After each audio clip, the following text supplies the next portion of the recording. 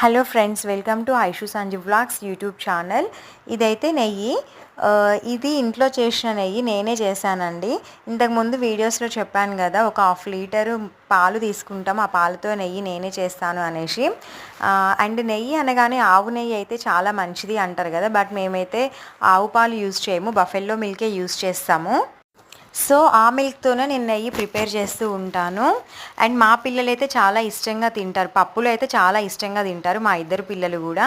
And నెయ్యి వలన కూడా చాలా యూజెస్ ఉంటాయి కదా, ఇది పిల్లలైనా పెద్దలైనా ఎవరైనా తినొచ్చు. అండ్ డైలీ ఒక 3 స్పూన్స్ నెయ్యి తీసుకోవచ్చు అంట ఎవరైనా కానీ. అండ్ ఎవ్రీ మార్నింగ్ ఎంటీ స్టమక్తో ఒక స్పూన్ నెయ్యి తినడం వలన మన మెమొరీ పవర్ కూడా పెరుగుతుందంట.